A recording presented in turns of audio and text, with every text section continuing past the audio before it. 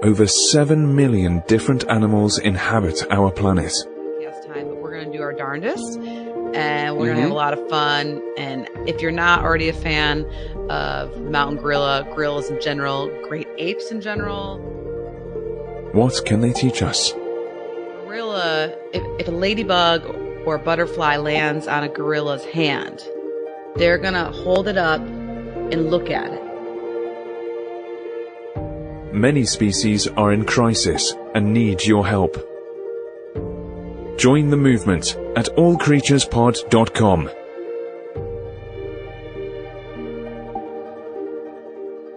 Welcome to the All Creatures Podcast. This is Chris. And I'm Angie. Angie, this is going to be an exciting episode. I am pumped for mountain gorillas. I am just pumped. Oh, yeah. We're going to have a lot of fun in today's podcast, and hopefully everybody will learn a lot. I know I learned a ton.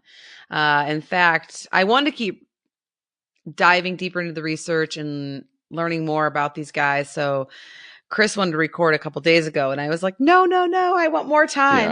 Yeah. But there's never, we're not going to be able to do them justice in our short podcast time, but we're going to do our darndest, and we're going to have a lot of fun. And if you're not already a fan of the mountain gorillas in general, great apes in general, you will be by the end of this podcast. That is our goal. They are one of our closest living relatives.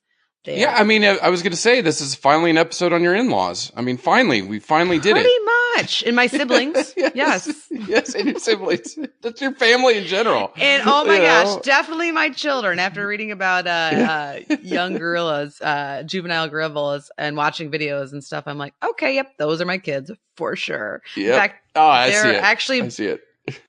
And they're actually sometimes probably better behaved than my children. So yes. Yes. Don't mess with mama, right? Right. Exactly. But I mean, exactly. And then just for our listeners, this podcast, Angie and I talked about it. We're going to try something new. We really want to do this species justice. So Angie and I tend to get talking quite a bit in our episodes. I know they run over an hour, but we think this... And sometimes not about the animal, sometimes about family or in-laws or the weather or childhood stories. I mean, obviously, let's be real. I could talk to a wall. So it does get a little long. So yeah, we're maybe going to try splitting it up and doing 2 episodes. That way, if you only have time to listen to one, you can pick out the one that you think is more important and go from there. But hopefully you'll listen to both. Yeah, we're gonna split this one in half and release the first part one week and the second part the next week, and just see how that goes. That way, some of these more iconic species, it gives us a chance to go a little bit more in depth and do a little bit more research and really put out the information that we want to put out, rather than feeling rushed because as we get towards the hour mark, it's like, oh, we got to hurry up and finish. So they're one episode. So things like, we're going to revisit elephants. We're going to revisit rhinos. We're going to revisit some of the bigger ones again to do another episode on them, to go a little bit deeper in the research. But we felt, especially for the gorilla, this would be a good start to possibly start doing that. And we'll see how it goes. Experiments. That's what we do. We're scientists. Yes. We do experiments, and a lot of times they fail. I think they almost, most of the time, fail. Yeah, fail. That's why it's called, that you never hear about, that's why it's called research and not search. You have to keep. Dale actually told me that. There you joke. go. He was like, he was like, if it was called search, you would just do it once and you'd always find the answer. Yeah. But it's called research because you have to keep redoing it all the time. That's true. Yeah. He's brilliant. But some of the things. First, outstanding interview coming this Thursday. Ron Evans, he's the curator of primates at the Cincinnati Zoo. I interviewed him a couple weeks ago. Incredible. I mean, I love all of our interviews, like from the very first one till this one, but I barely spoke. I let him just talk, and so knowledgeable.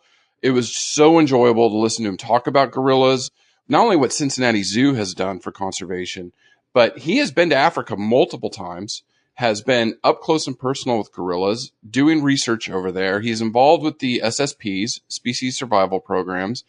Incredible interviews. So you want to listen to that this Thursday. So Ron Evans from Cincinnati Zoo.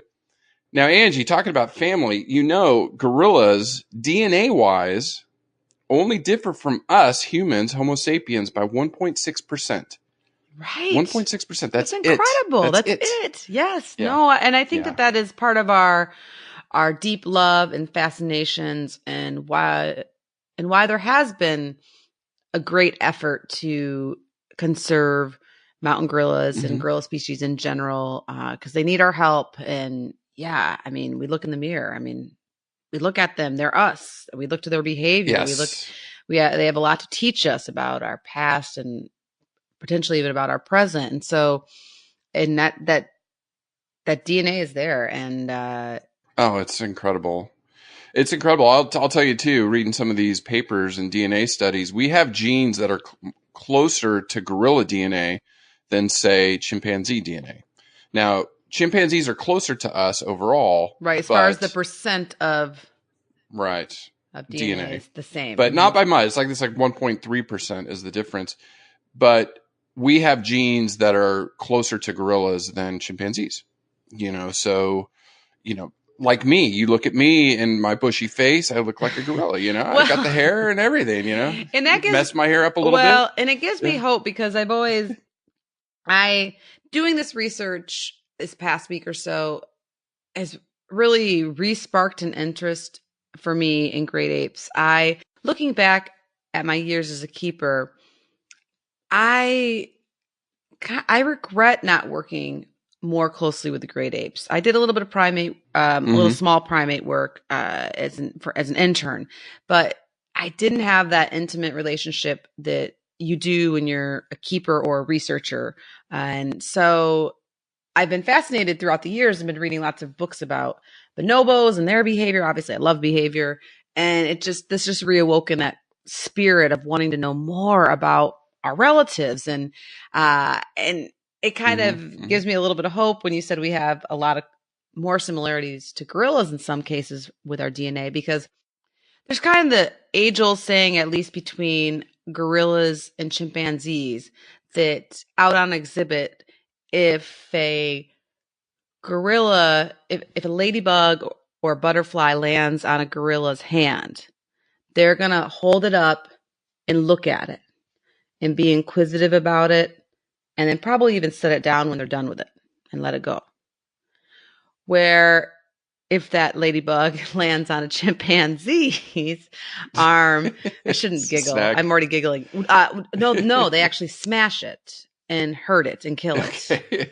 And of course, with the chimpanzees, which we'll be covering them in some months to come as well, because they're such a cool species. And so, I mean, all great apes are so intelligent. And so, I mean, their personalities and their emotion, and I'll get to that when I get to behavior. But just that chimpanzees are notoriously more aggressive than, even though they're smaller in size, and we'll talk about that when we get to the size of gorillas. They are smaller in size, but they are just a lot more aggressive. They troops in the wild will create warfare with other ones and things like that, where gorillas are they're like gentle giants.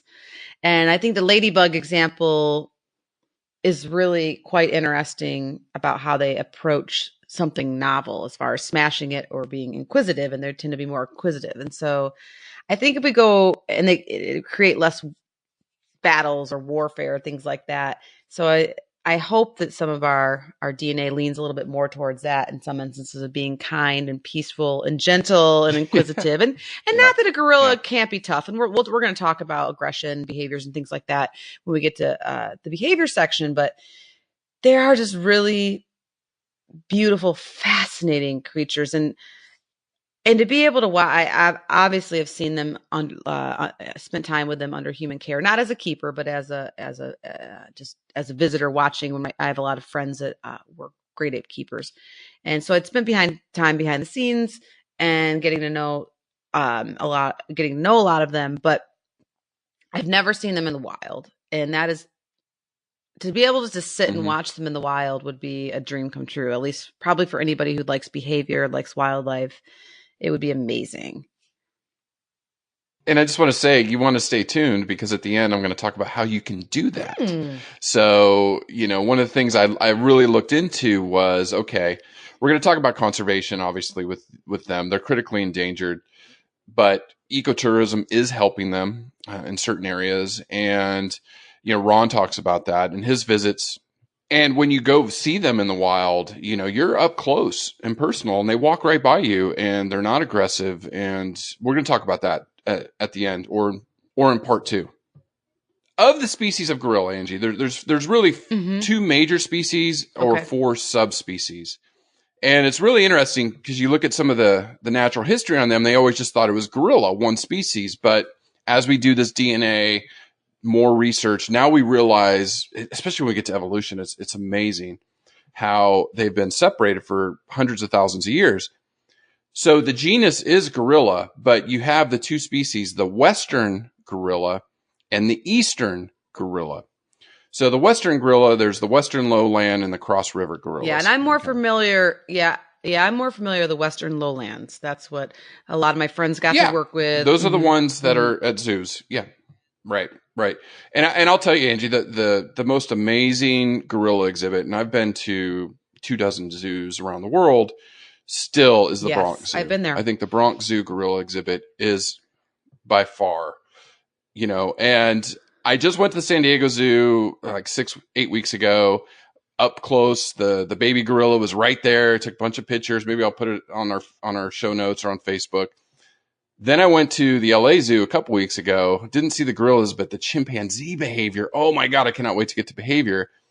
Was incredible. We saw kind of a family argument. It was hilarious. It was so amazing. I think that's the thing is you always tease me about loving to watch horses eat grass or equids or hoof stock, right? Right. Just right. Eat. That's all they do. They just eat. They're either eating grass or standing around or maybe laying down, depending on what species. But, and I don't know, maybe I'm just simple. That's like my Zen. But I do have to admit, after reinvestigating this primate behavior, and just, it's so intricate. And maybe because I've been watching my 2 boys and all their classmates and friends, and maybe, I don't know, but it's really opened up my eyes. And it isn't in these family groups and the behaviors that happen. If you get a chance to go to your local zoo, and if they house gorillas, I highly recommend it. Even if you don't think you'd be a fan of gorillas or of zoos or whatever, most of the modern, well-accredited AZA zoos have actually redone their primate houses and their great ape enclosures to get the enclosures more up to being a natural habitat. And so these gorillas or great apes in general are doing so many more natural behaviors. And it's like obviously it's not exactly the same as going out to Uganda and hiking through the jungles to see them up in the mountains, but it's not far off, if you know what I mean. I mean, as far as a lot of the natural behaviors and the family groups. And no, it isn't. Especially if you have children, small children, I would just highly, just do it. You can thank us later.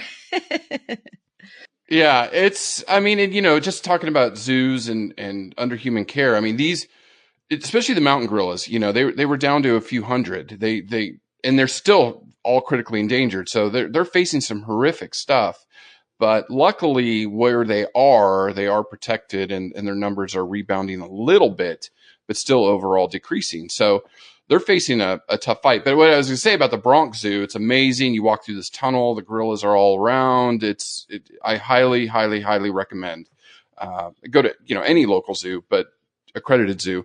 But Bronx Zoo is just amazing. But yeah, you're right. So Ron talks about that. The Westerns are the ones under human care because the Easterns there's so few of them. And, we've got to protect them where they're at in their shrinking habitat. So the Eastern, you have the Eastern lowland, and then of course the mountain gorillas. Now, I mean, I think most people, again, like some of these bigger species, we know what they look like. Like I just said, just imagine your hairiest uncle. Everybody knows King Kong. King Kong was King Kong, right? Yeah, that kind of thing. A gorilla, right? So some of the differences, though, is interesting. Sure, yeah. Right. I think it's important to note out of all the primates and even the great apes, the gorilla is the largest. So as far as body mass goes, by far. Yeah. But with the mountains, they have, and Chris will put some great pictures on the show notes, or maybe you can even do one where it shows the different species. But the mountain gorillas' coats are silky and long, and they range in color from blue Long black hair, to brownish gray. Mm-hmm, mm-hmm. They are. And so the Western gorillas have brown on their heads where the Easterns don't. Easterns have longer faces, broader chests. And then, like you said, the mountain gorillas Larger jaws. Yeah, larger jaws. And the mountain gorillas have longer hair, because they're up there in higher elevation. So to keep them warm and stuff. Yeah.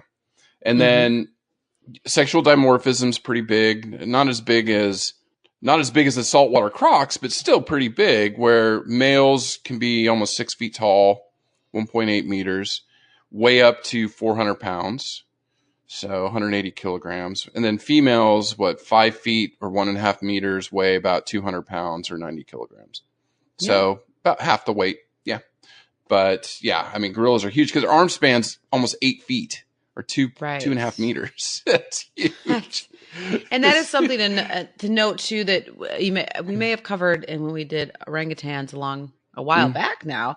But gorillas' arms are longer than their legs, where right. Yes. Yeah, I think so. Yeah. Yes. Yeah. Whereas with humans, our arms are the same length as our legs, right? Like we can open up our arms to our height. Right. Almost. Or is that another old wives' tale? I don't know. No, I mean, I've got an incredible picture here, a comparison of apes.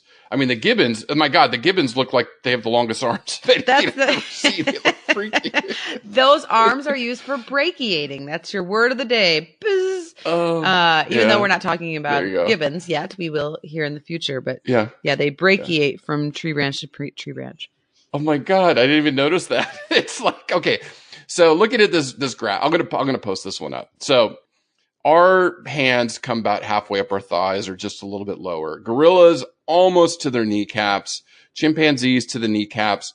Orangutans past their kneecaps to their shins. Gibbons almost to their ankles. It's such a funny picture. I'm going to put this on the show notes. Yeah. Oh my God. I'm going to send this to you. It is freaking hilarious. I got to spend my Sunday afternoon watching the white cheek gibbons at the Santa Fe College Teaching Zoo, and lots of fun there. Yeah. They're busy. Now, the gorillas, they are. Now, the gorillas are in Central Africa. So the Westerns live in West Central Africa, so Gabon, Cameroon, other countries, right? The mountain gorillas, are the Eastern. They live in the Congo, the Rwanda, and Uganda. And it's separated by about 450 miles or 750 kilometers. And it's really, the Congo River was the big thing that split them, which is crazy. And when I get to physiology, one of the things I talk about or characteristics of gorillas is they hate water. They're scared to death of water. So you have this huge river that has been running for thousands of years that has separated these animals into the different species, the Western versus the Eastern. So really interesting. And then also just the just totally different habitats. Correct. To the Eastern. Sure. I mean, versus the as Western. their name implies, mountain gorillas live in the forest high in the mountains at elevations of 8,000 to 13,000 feet or 4,000 meters. Mm-hmm. And the temperatures can be sub-freezing at night. And, the totally different type of food. And some call it the Afro-Alpine meadows as far as the type of forest they live in. The cloud forest is another forest. way I've heard it described as that as well. Yeah. So I mean that's some elevation for sure. They need that longer hair. They're up there high. Mm-hmm. They're really up there high. The Virunga volcanoes. I mean, just the mountain gorillas are in the mountains. Period. Mm-hmm. Where the lowlands are more swampy areas near sea level, things like that. So vastly different, and and they've adapted, right? They've adapted to live, as we'll cover in this podcast, to live and thrive and survive up there. Now, when we're talking specifically just like Eastern gorillas, like I said, the mountain gorillas are up high. The Eastern lowlands, one of the things that they like to live in, the lowland ones, is the bamboo forests. But there's still forests ranging from, when we say Eastern lowlands, they're not as at sea level compared to the Westerns. So they're still up there in elevation a little bit, 2 to 10,000 feet. So they're not quite as high as the mountains, but they're still adapted to more of a forest, high elevation living with that, and the bamboo. So, Angie, I've been following gorillas for over 10 years, thanks to you. I know you have your gorilla shirt on today. I know. I'm a San Diego Zoo. We were getting ready to start. And Chris says, wait, I've got to put on my special shirt. My special gorilla shirt. And I'm like, you go, boy. You put that shirt on. I think I've had the same shirt on all weekend, but and it's definitely not a gorilla shirt. I can smell you from here. I was gonna say, no, I had my zebra shirt on to go to the zoo this afternoon. So, Yeah, there you go. But no, I've read some studies on gorillas and not as much as I have in the past week, but still had an interest in them. And I just, and they are facing some insane pressures. We're going to talk about Diane Fossey a little bit later in the work she did. They are in deep trouble. So I'm just like, why care about gorillas? It's not only are they a critical piece in the ecosystem, it's just one of our closest relatives. If we can't protect them, can we protect anything? Yeah, exactly. It's just, yes. It's just, so, yeah. Well, and there's lots of different sides to the story and lots of arguments in their favor. And one of the first key roles that a gorilla plays in the ecosystem, as we'll touch on when we get to nutrition, but these animals are basically vegetarians and they eat a lot of plants. So their role for being an important part of structuring plant communities, as we've talked about in this podcast, is incredible. I mean, what they eat, the seeds they spread, things like that, we're only just starting to understand that role. So once again, if you wipe them out, what are you doing to the plants that they feed on and then the seed dispersal and structuring these plant communities? So that's if you want to look at it from wholly just an ecosystem role.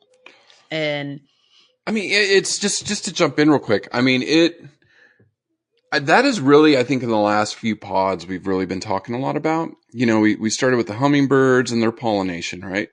Now we're talking about, some of these other species that consume plant matter and go around in seed dispersal. And then you're talking about the plant communities. So I'm sitting here thinking, I'm going back a year ago when we covered the flying foxes. Oh, yeah. I mean, think about their role with fruit, and we talked about seed dispersal. So what we've done the last year and a half, we need we need like a plant specialist to come on here. I know. I should know more about plants since my parents are farmers, but yes. And I did take a lot of plant biology. I took a lot of plant biology classes, and I'm sure if I studied it as much as I just study animals and watch animal videos and learn about animals, I could maybe pick up on it. But I don't really understand the vast importance of what these vegetarians or seed dispersers really do for plant communities. And I mean, it's a whole, oh my gosh, it's just, we focus on mammals, you and I in our research. Yes. And our studies. Please keep me away from the invertebrates. And then we start talking about, was painful. We start talking, yeah, but you start thinking about not just them, but then you do think about the insects. And then you're seeing news articles now popping up about how they're crashing. And then you think about, all the microbes and the soil and the plant communities, and just all of this together is starting to crash. Sure. Because we're taking out key species. It's, you take out the gorillas, what's going to die off? What trees are going to die off? What plants will die off? What other species will die off? What will take over that they were keeping in check? Right. As far as checks and balances, we talked a lot about that with sea turtles and jellyfish. As much as we love jellyfish, sea turtles help keep them in check. So the ecosystem role is huge, and I think probably not fully understood, but obviously there. But then from an economic importance to humans, right? For us, what do they do for us? If you're not a fan of gorillas or don't really think that they need to survive, well, I disagree. And here's why. Number one, despite years of this civil unrest that we don't have time to go into it in this podcast, of the region that the mountain gorillas live in. So Central Eastern Africa, has had huge military, civil unrest there for a while. And even during this time, so if you haven't really traveled to Africa or similar less developed countries, it's probably hard to totally imagine. And I've traveled enough to know what I don't know, or know that I don't know much, and that all this stuff are huge complex problems that not one person can fix. And so if you haven't checked out my interviews with Dr. Barney Long on the Seola, which is an amazing hidden ungulate in the Vietnam and Laos area.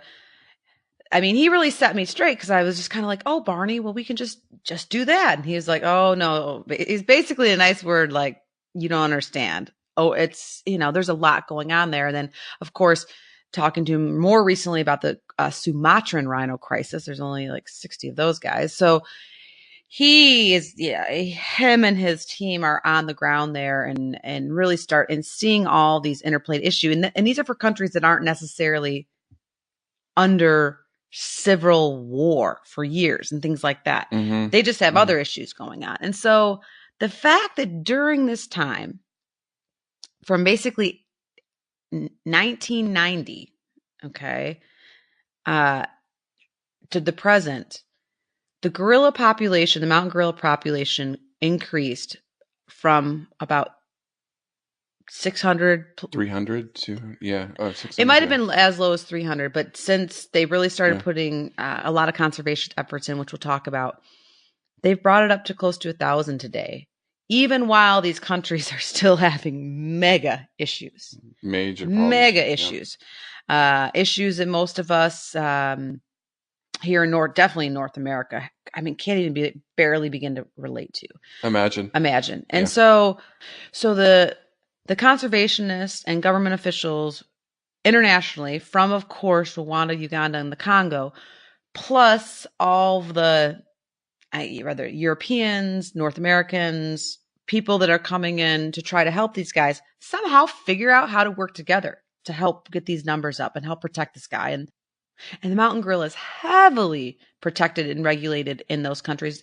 There's a few issues with poaching and stuff we'll talk about a little bit later on in conservation, but man, people came together. It's like, a John Lennon Beatles song. People came together for the mountain gorilla. It's not out of the woods yet, not even close, but it basically is shown what we can do as a team, international team effort when we want to, for lack of better terms. I'm making it sound way easier than it is. It's not.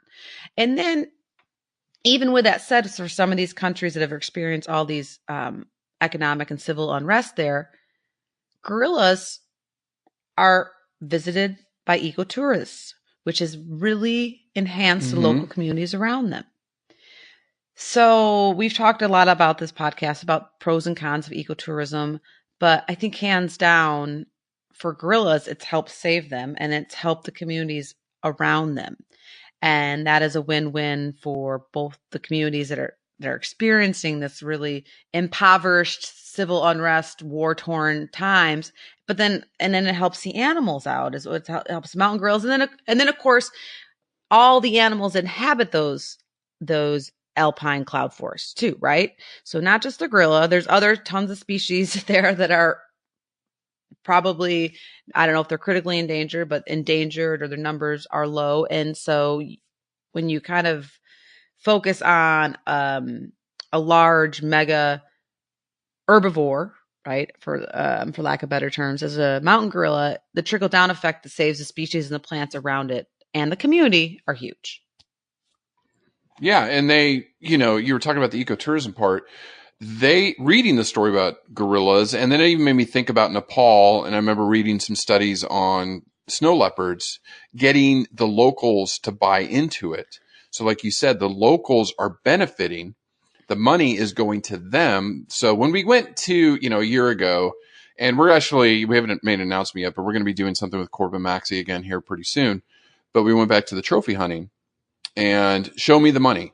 right? That's It's always about the money. That's like, what your my awesome father yeah, said. like Big Randy always said, when it's not about the money, it's about the money. It's about Bless the money. his heart. It is. And so all that money goes into the local communities. They have bought in, they help support and fight, and they don't like the poachers. So they're hunting the poachers. They're keeping them out. Same thing is going on in Nepal with snow leopards. The locals realize ecotourism, these benefits of maintaining these animals. So I think that's the winning strategy. It's just how do we implement that across the planet? Correct. How do we keep doing it and fighting it? So very good points. Right. And I'll touch on a little bit too when we get to conservation, but there are some cons to ecotourism. So it has to be done right. And that's, I think in the mountain gorillas, it's done well because the population is so heavily monitored because they're just, everyone is, each individual is so precious, and so important and critical for this population to thrive.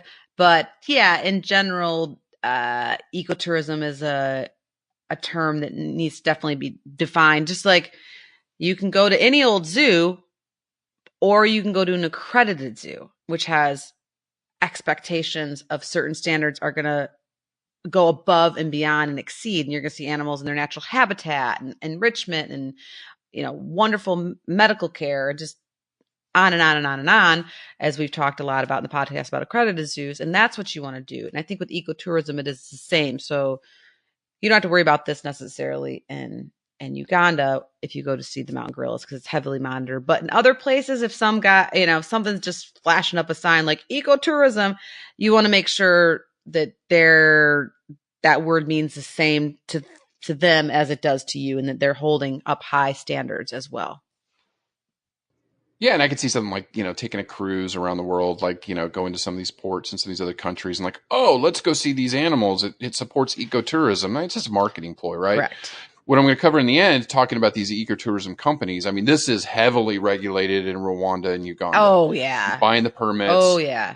Very, very, very controlled. Yeah. And it's the real deal. I'm going to do it. It's on my bucket list. It's on my bucket list now. It's on my bucket list. Cool. No, it's definitely on ours too. I just don't see the finances. Well, you're going to tell me how much it's going to cost. So I am. I'm going to Valentine's Day is right around the corner. So we can tell my sweet Valentine Johnny to put some coins in the piggy bank and we'll go from there. Yeah, it's going to take a long time. A lot of coins. Yes.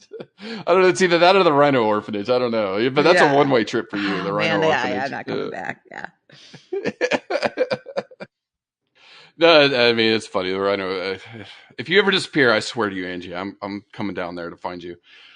You won't find me. Rabbit hole. I'll be too busy bottle feeding baby rhinos. So I'll just be next to you. I'll be like, I'm joining you. The primate evolution, Angie. This is why I think this needs to be a two-parter because I really went down this rabbit hole. And I don't know. Should I go get a cup of coffee really quick? You should. Paint my nails. Because it's our history. This is our history too. So that's why I just really was fascinated with it. The hominoid. And I brushed. It is, and I brushed upon it with orangutans. And I didn't go deep into it. Well, that's when we're like, oh, our podcasts have to only be 40 minutes long. That's when we tried. Still, 2 hours later, all that editing. But this one is just it's fascinating. It's fascinating. So there's over 500 species of primates today. 500 species of primates. That's fantastic. That's crazy. All of our relatives. Trace this all back to the earliest mammals 80 million years ago. Now, we've talked about the fifth mass extinction. The meteor comes in or a comet slams into the earth, wipes out the dinosaurs. Now, that again, in our heads, we think, oh, they got wiped out in a week. No, I mean, it still took thousands of years for all the dinosaurs to die off, right? I mean, it was a massive change to the planet. Right. And everything. I guess I always think it as just a one and done, a bada bing, bada boom. But You're right. If you really think about it as a slow process and that it doesn't just always happen in one big boom or whatever. Yeah. I think hopefully we can learn something from this. That slow die-offs happen. Hey, humans. And wake up. I mean, It's, I mean, in geological time frame, it was rapid, right? But in our time frame, it took forever, right? It took forever. Sure. It took a long time. So the mammals were living underground, small mole-like rodents under there, and they survived and they thrived.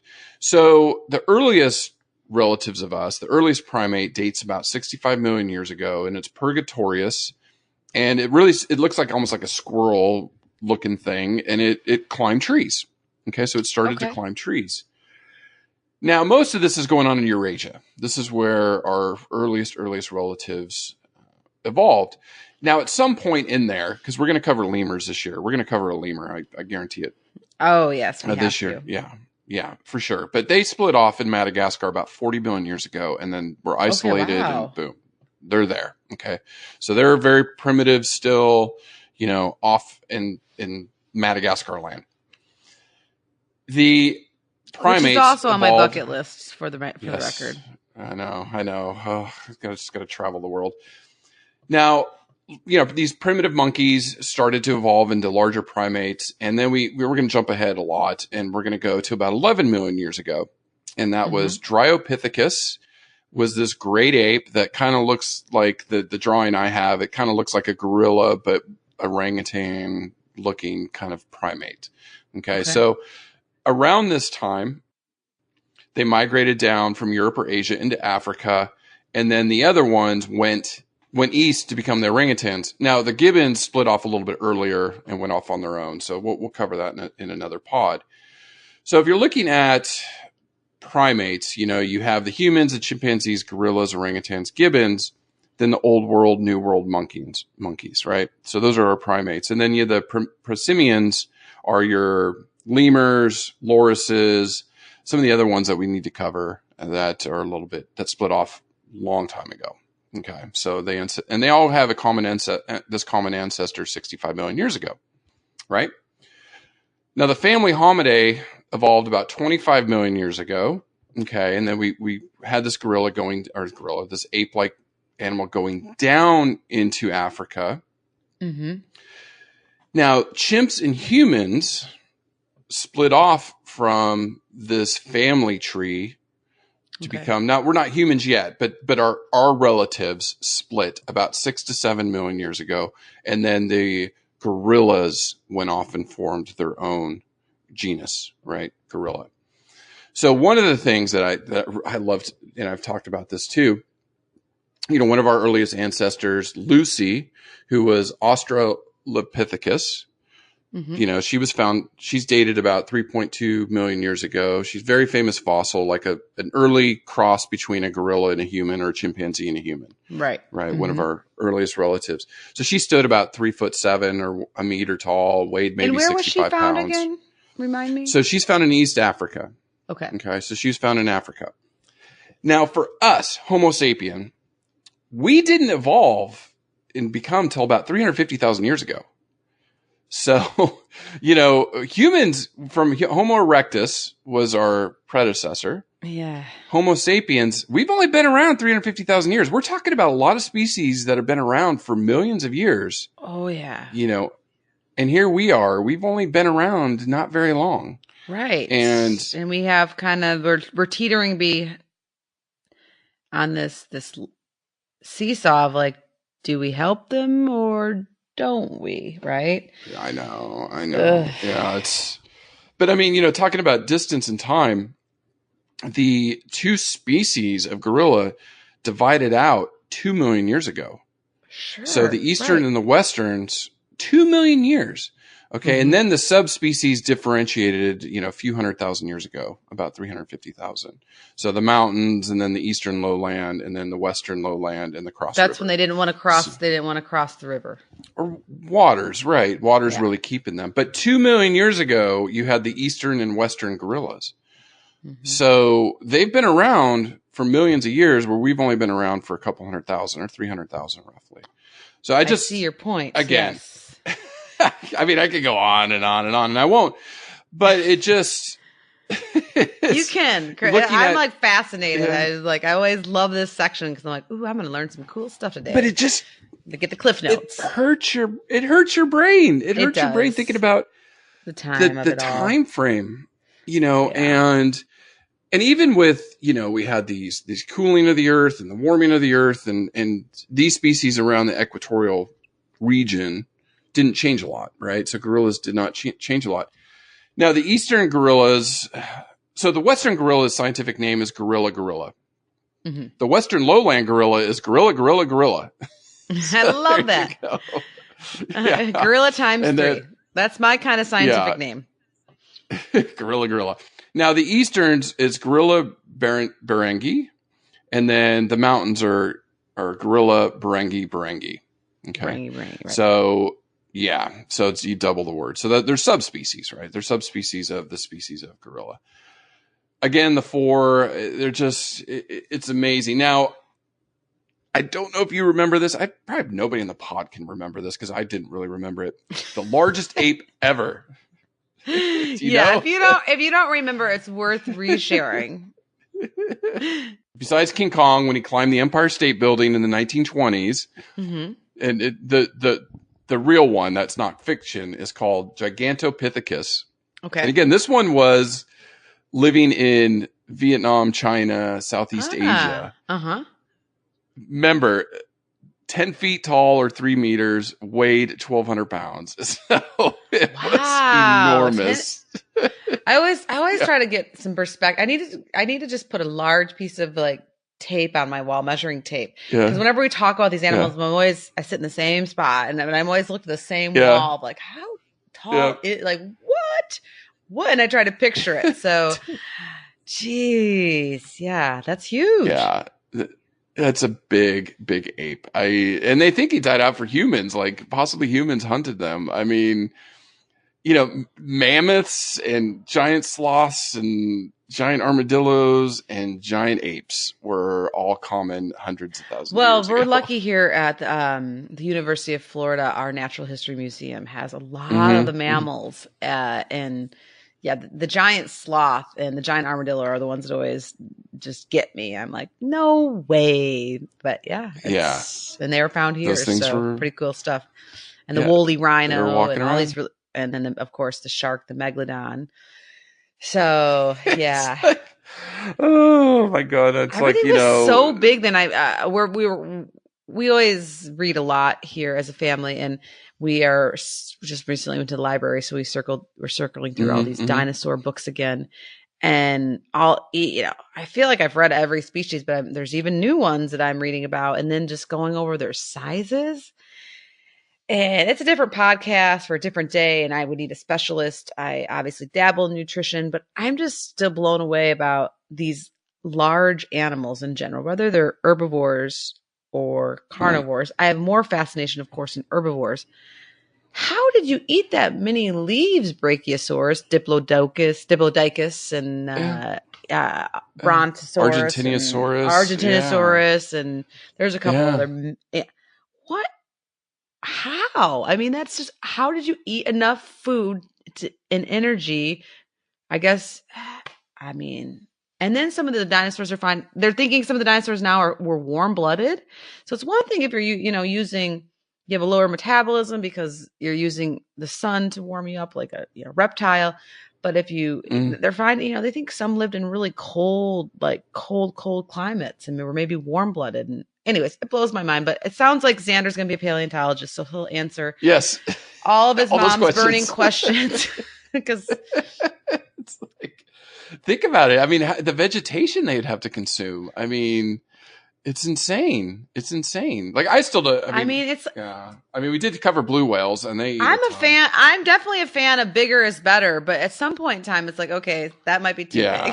How do you maintain? Yeah, and the ecosystem supporting that, and the plant growth that. Sure. Right.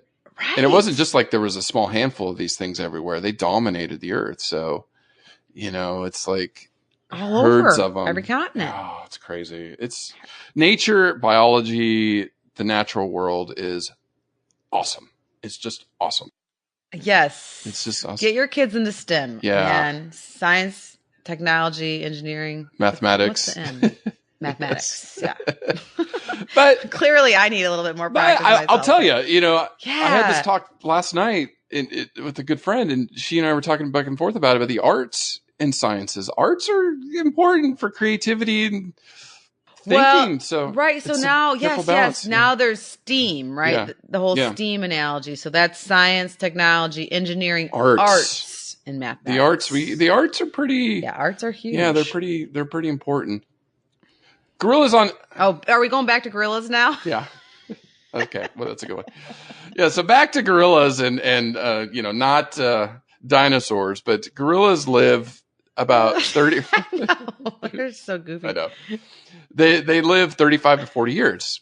Okay. In the wild, under human care, they can live up to 50. Okay. Do you know who the oldest was? 50. Do you know who the oldest was? No. I should, but okay. I don't. So it's Colo. She lived at the Columbus Zoo, and she lived to be 61. So she was. Oh, bless her heart. She was an old grandma. So they 61 years is normal for them. Now in the wild, this is kind of sad to think about, but gorillas are vulnerable to being eaten by leopards. So leopards can get them. Yeah. Which is, it's rare, I think, and maybe smaller. I don't see a silverback being taken out by a leopard because leopards are not that big. I was surprised. Right. No. I was surprised at how small leopards were. Like compared to when I first saw them, I thought, oh, leopards are these big cats. They're compared to lions and tigers, they're tiny, right? Or smaller, not tiny, but much smaller. Smaller, yeah, sure. Mm-hmm. Yeah. So, well, it's probably more the juveniles, the infants, right. and we'll talk about this when we get to behavior, but that's typically one of the silverback's roles is to actually protect. So if he's doing his job, they're probably not, a leopard's probably not going to mess with them. But yeah, there's always, sometimes infants fall behind or they go out and play. The juveniles will go out and play, go away from mom and dad's or the troop site. Right. So, right. Yeah, it's a circle. Yeah. It's a circle. Yeah, I know. But when numbers are barely in the 1,000, I think the numbers we'll talk about are like 600 mature adults. Mm-hmm. So 400 immature. We need those immature guys to stay alive, right? Yeah. So keep the leopard. So leopards, go eat something else. Darn it. Go find some little hoof stock somewhere. Yum. It's good. Well, now I suppose. Don't eat in a copy. There's not many of them left either. Right? Exactly. I know it's getting. No, but I mean, it's these. Even going back to our history, just to kind of sum all this up with evolution and life cycles and predation. I mean, primitive humans, like, we were prey. Now we're top of the food chain, right? So like because of our technology and our brains and, all of our weapons and all that stuff that we have, but even poor people would get attacked by animals all the time. But back then, with a stick, I wouldn't want to meet a leopard, it's like, no. I mean, poor little Lucy, 3'7" walking around, like she was a snack, especially when they had, all the big cats they had back then. My goodness, we were probably middle of the road, little snack for a giant. No, that's how we had to basically outsmart them. Right. Yeah. And no, it's a miracle we survived, through the years. And it is, how these primates and chimpanzees. We're doing fine now. Yeah, now we dominate. Now we're doing fine. Now we got to take this this population boom that we've had and do something for the good with it. Millennials, I'm talking to you. Yes. And my children. Well, AJ, I think this is a good place to kind of pause for the listener and let them think about our own origins and our close relatives, your close relatives, that we share a lot of DNA with. Yes. A lot of DNA. And a lot of behavior. So, and you'll want to stay tuned to our next episode to learn, besides the DNA that we share and the evolution and the history that Chris has done such a fabulous job presenting this past hour, but to learn more about their behavior and how, as parents, we act a lot like gorillas, and our gorillas act a lot like us. There's a lot of really cool similarities. They're super intelligent, gentle for the most part, creatures and a lot of fascinating fun facts about their behavior, their reproduction, and of course, the big thing we want to talk about is their conservation. Right. Yeah, so join us next week and we'll keep talking about gorillas. Thanks for listening. Thank you. Listen, learn, share. Join the movement at allcreaturespod.com.